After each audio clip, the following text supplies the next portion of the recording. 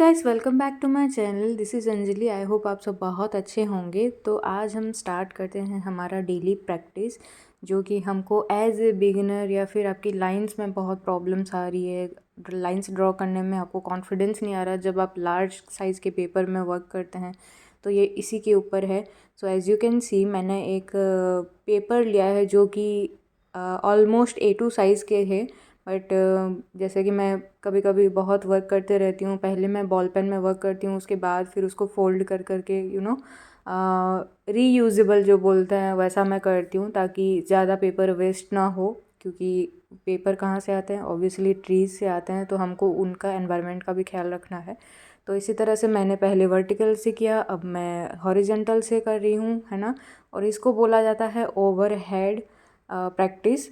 तो ये आपको एक तरह से हेल्प करता है कि आप कैसे दूर से अपना जब वर्क करते हो तो आपको इजीली आपका मिस्टेक पता चलता है। तो इस वजह से ओवरहेड प्रैक्टिस जो बोला जाता है वो बहुत बहुत ज़्यादा इम्पॉर्टेंट है। सो बने रहिए और देखते रहिए मेरे साथ। So as you can see, मैंने पहले बॉल पेन या फिर कोई भी जेल पेन से थोड़ा बहुत प्रैक्टिस किया था, है ना, फ्री हैंड करने का। और उसके बाद उसी को मैंने रीयूजेबल किया, किससे, पेंसिल को लेकर। आप चाहो तो चारकोल भी ले सकते हो, मेरे पास दोनों ऑप्शन थे, क्योंकि मेरे को चारकोल से भी जानना था कि चारकोल में कैसे होता है। और चारकोल थोड़ा सा as compare to pencil, graphite pencil, वो थोड़ा सा ज़्यादा डार्क रहता है, तो मैं दोनों से करती हूँ। एंड येस, हम जब भी जो भी बनाते हैं इस दुनिया में, कुछ भी आप ड्रॉ कर लो, आपको दो चीज़ों की बहुत ज़रूरत पड़ेगी। एक है सर्कल और दूसरी चीज़ है लाइंस। सारी चीज़ें इसी से ही बनती है, यही उसका फाउंडेशन है। जो बोलते हैं ना, घर बनता है तो उसकी नींव क्या होती है, तो सबसे पहले यही दो लगते हैं। और यहाँ पे जो मैं अपने हैंड को मूव करके बता रही हूँ, इसका मतलब हमको हमारी कलाई की रोटेशन आपको थोड़ी सी प्रैक्टिस होनी चाहिए, सो दैट आप जब दूर से मतलब जब डिस्टेंस से थोड़ा सा आप ड्रॉ करो, और आपके हैंड को फ्री करना बहुत ज़रूरी है, क्योंकि जितना आपका हैंड फ्री होगा उतना अच्छा आपका वर्क होगा। And you know one thing, कि अगर आप जितना धीरे धीरे धीरे धीरे इन द सेंस कि रुक रुक के आप जब लाइंस खींचोगे, उतना ज़्यादा आपका मिस्टेक बढ़ेगा। और जितना आप एक ही शॉट में आप ड्रॉ करोगे कुछ भी, चाहे वो सर्कल हो, लाइंस हो, टेढ़ा हो, मेढ़ा हो, कुछ भी, बट आप जब वो स्टार्ट करते हो तो वो आपकी मिस्टेक्स को काफ़ी तक कम कर देती है। तो इस वजह से इसको आपका मतलब कलाई का जो रोटेशन बोला जाता है उस पर आप ध्यान दीजिए, और हर एक एंगल पे आप अपना ड्रॉ करना शुरू कर दीजिए।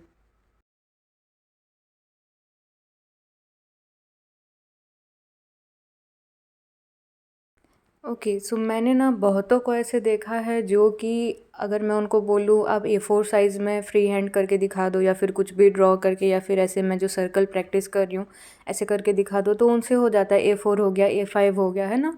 लेकिन जब मैं बोलती हूँ आप A2 साइज़ में करके दिखाओ, है ना, एक डेमो दे दो, तो उनसे नहीं होता। क्योंकि वो एक आदत एक साइज़ के मतलब ड्रॉ करने में ना, वो एक हैबिटेड होके उसमें ही लिमिटेड बन के रह जाते हैं। वो कभी ट्राई ही नहीं करते कि बड़ा साइज़ में हम कैसे फ्री हैंड हमारा वर्क अच्छा बन सके, या फिर कुछ भी, है ना। तो वो चीज़ हमको मतलब फेस करना है हमारे फियर को, कि नहीं, हम हर साइज़ में हम बना सकते हैं, और उसके लिए चाहिए प्रैक्टिस, और थोड़ी बहुत जो टेक्निक्स है उसको भी हमको समझना पड़ेगा। लेकिन वो कोई भी प्रैक्टिस हो, जैसे बोला जाता है कि आप स्टिल लाइफ कीजिए ज़्यादा से ज़्यादा, सो दैट आपके वर्क में सुधार आएगा। बट आई मस्ट से कि स्टिल लाइफ करने से पहले भी ज़रूरत है कि आप पहले, अगर फॉर एग्ज़ाम्पल अगर आपको A3 साइज़ में बनाने में डर लगता है, तो पहले आपका वो फ़ियर ख़त्म होना ज़रूरी है, कि A3 साइज़ का पेपर को देखते ही आपको डर नहीं लगना चाहिए कि अरे इतना बड़ा पेपर है, मैं कैसे बनाऊँ, है ना।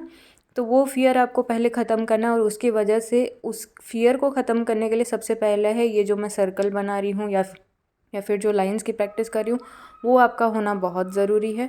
क्योंकि जब वो होना शुरू हो जाएगा तो उसके बाद आपको कोई भी स्टिल लाइफ के लिए बोलेगा, आप डेफिनेटली स्टार्टिंग में आप ग्रिड मेथड यूज़ करेंगे, फिर धीरे धीरे फ्री हैंड स्टार्ट करेंगे, तो उसमें फिर आपको उतना ज़्यादा डर नहीं लगेगा, आपका कॉन्फिडेंस ऑलरेडी उतना डेवलप हो चुका होगा। सो यहाँ पे जो मैं अभी एक ट्रिक कर रही हूँ, ये इसलिए क्योंकि आपको पता चले कि आपका हैंड का रोटेशन में, अगर मैं आपको बोलूँ 360 एंगल में अगर कुछ भी ड्रॉ करना हो, तो आपको कहाँ पे किस साइड में ज़्यादा दिक्कतें आ रही है आपको पता चल जाएगा। तो आप देखते रहिए मेरे साथ क्या होता है, क्योंकि मेरा भी पूरा परफेक्ट नहीं होता, क्योंकि थोड़ा बहुत मेरा भी मतलब एक कोई एक साइड रहता है जहाँ पे मेरी कलाइयाँ मोड़ने में मेरे को दिक्कत होती है, तो मैं फिर दूसरे एंगल में खड़े हो जाती हूँ या फिर पेपर को दूसरे एंगल में कर देती हूँ और उसको फिर ड्रॉ करती हूँ।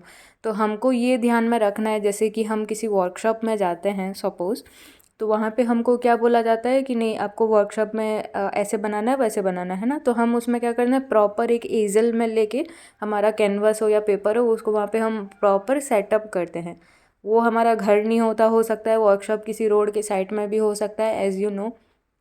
तो हमको प्रॉपर जो पेपर जैसे रखा हुआ है वैसे ही हमको वो बनाना पड़ता है, चाहे हमारी बॉडी इधर उधर घूमती रहे तो वो ना ज़्यादा अच्छा नहीं लगता। उस कंपेयर में आप अगर किसी को देखते हो जो कि एक ही जगह पे आराम से बैठ कर हर तरह से कर रहा है, उसके बस हैंड्स मूव्स हो रहे हैं, तो वो ज़्यादा अट्रैक्टिव लगता है ना, वो ज़्यादा प्रोफेशनल वाला साउंड आता है। तो इस वजह से भी, और आपका मतलब एक तरह का वो एक बहुत बड़ा अचीवमेंट है जो कि एक आर्टिस्ट के लिए होनी चाहिए।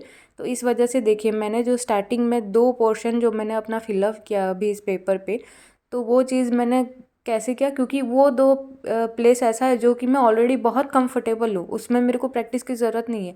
लेकिन अब मैं जो ये थर्ड वाला स्टार्ट कर रही हूँ, यहाँ पे मेरी अब प्रॉब्लम स्टार्ट होती है, ठीक है, कि नहीं मुझे यहाँ पे दिक्कत आ रही है। तो अब धीरे धीरे करके आप मेरी वीडियो को नोटिस करोगे, स्क्रीन को देखो अच्छे से, तो वहाँ पे देखना कि मैं ना अपने हैंड्स को या फिर मैं खुद ही इधर उधर होके मैं थोड़ा बहुत मतलब अपना एडजस्ट करना खुद को स्टार्ट कर देती हूँ। तो वो नहीं करना, अपनी बॉडी को एक जगह पे रख के बस आपका हैंड्स को मूव कर करके आप कितना अच्छे से बना पाते हैं, पेपर को भी इधर उधर नहीं करते, वो ज़्यादा मैटर करता है।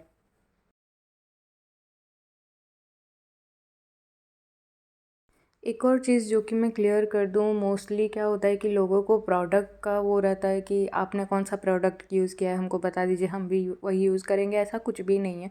मैंने नॉर्मली एक कैमलिन का चारकोल पेंसिल लिया है, वही नॉर्मल अप्सरा या फिर डॉम्स या फिर कोई भी ऐसा नॉर्मल से नॉर्मल पेंसिल जो आता है, एचबी क्वालिटी एटलीस्ट होना चाहिए, जो डार्क और लाइट वाला जो बोला जाता है, तो एटलीस्ट एचबी और 2B इज़ इनफ, ठीक है।